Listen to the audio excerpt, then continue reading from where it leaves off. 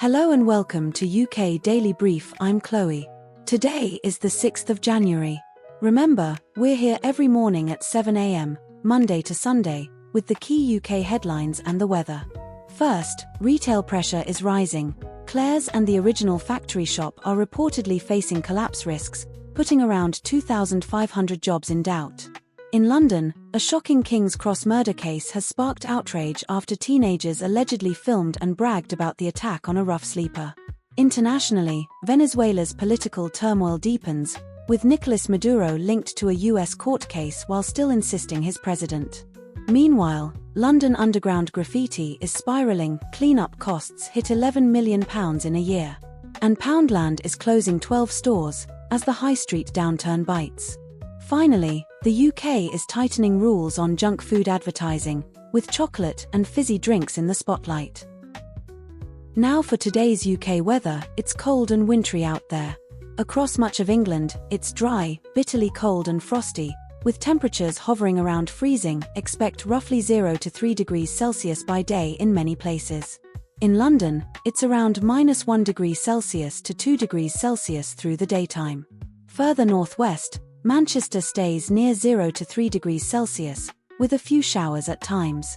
Scotland and Northern Ireland are milder but wetter, generally 3 to 6 degrees Celsius, though icy patches can still linger where snow has been lying. The Met Office says snow and ice warnings remain in force, including amber warnings in parts of northern Scotland, so take extra care on roads and pavements, especially early morning and late evening. The winter facing Britain's retail sector is not only continuing, it's getting harsher.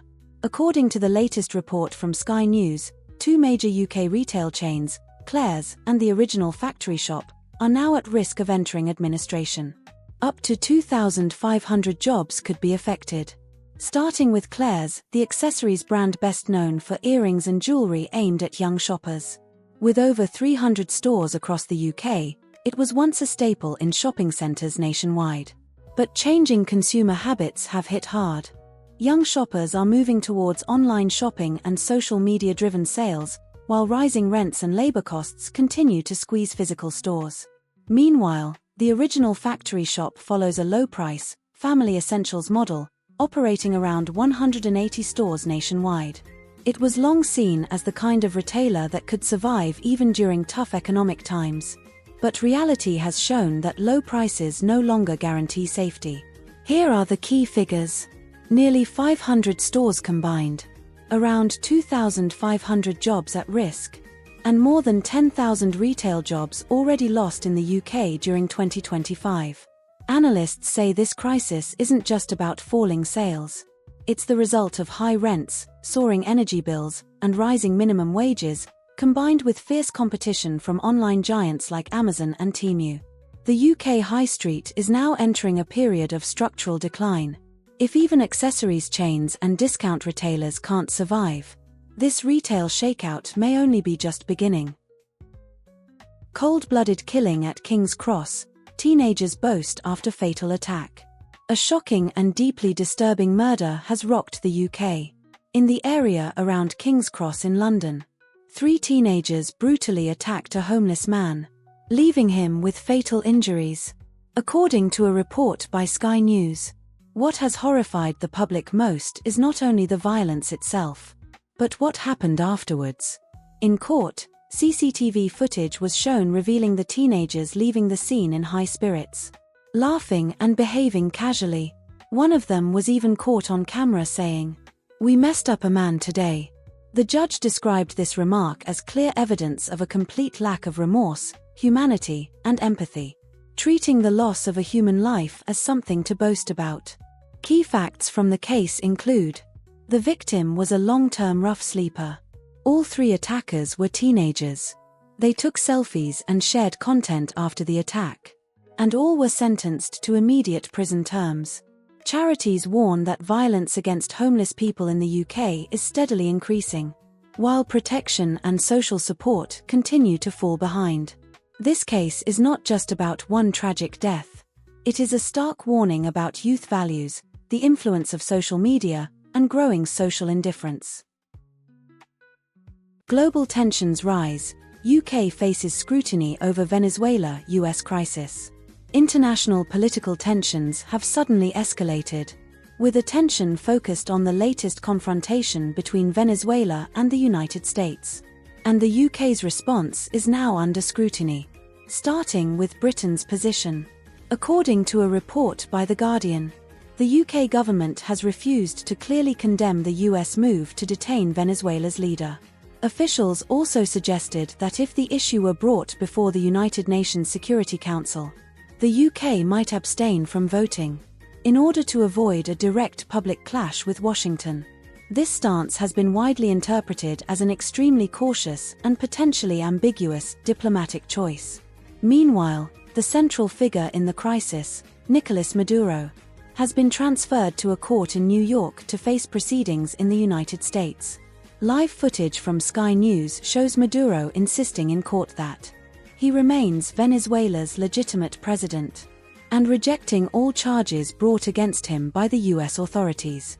Washington accuses Maduro of involvement in drug trafficking, corruption, and undermining democracy. Venezuela, meanwhile, has endured years of economic collapse and political instability.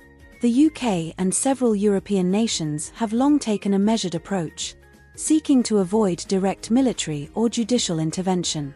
Analysts stress that this incident is far more than a single arrest. It represents a major collision between US foreign policy, international law, and questions of national sovereignty. Britain's decision to avoid taking sides also highlights a deeper reality. The Western alliance is far from unified. Whether this standoff will develop into a new geopolitical storm is now being watched closely around the world. One incident every 3 minutes. London Underground graffiti costs £11 million a year. The London Underground you use every day is facing a silent but extremely costly form of damage. According to figures released by Transport for London to BBC and Rail Business Daily, graffiti vandalism across the tube network has surged dramatically. On average, one graffiti incident needs to be dealt with every 3 minutes. The numbers are striking. The annual cost of graffiti removal has reached £11 million, affecting train carriages, platforms, tunnels, and station exteriors, with cleaning teams working almost around the clock. TfL says much of this is not street art, but deliberate vandalism that damages public property and negatively affects both safety and passenger experience. In some cases, the paint used is so difficult to remove that trains must be taken out of service, causing delays and reduced reliability across the network.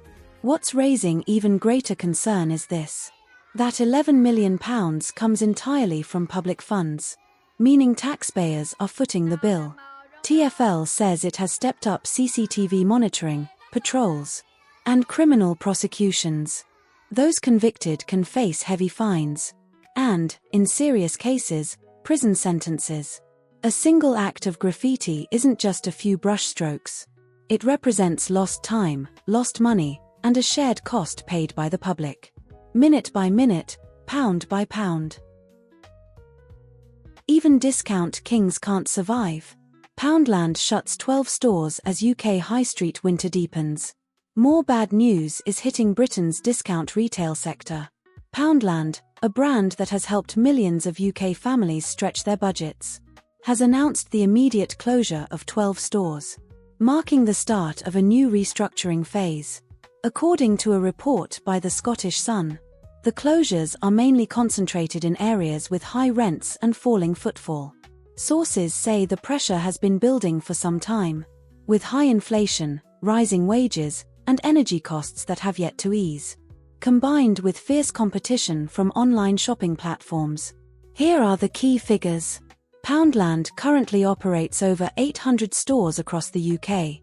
The closure of 12 outlets is affecting hundreds of staff, and over the past year alone, hundreds of high street shops have disappeared nationwide. Analysts stress this is not just a Poundland problem. It reflects a wider structural shift in the UK high street.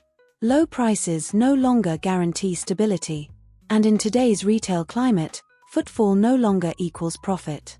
If even Poundland is being forced to shrink, The question many are now asking is this: could the next closure be the shop on your local high street? Even breakfast cereal. UK bans junk food advertising as new rules take effect. The UK government has officially stepped in. From today, a nationwide ban on junk food advertising has come into force. And the scope is far wider and tougher than many expected.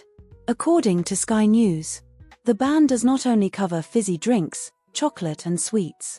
Certain breakfast cereals and sugary grain products have also been added to the restricted list. So why has the government taken this step? The data tells a worrying story. In the UK, 1 in 3 children aged 10 to 11 is now overweight or obese. Obesity-related illnesses cost the NHS billions of pounds every year. Studies also show children are exposed to multiple high-fat, high-sugar food adverts every single day. Under the new rules, junk food adverts are banned on television before 9 p.m.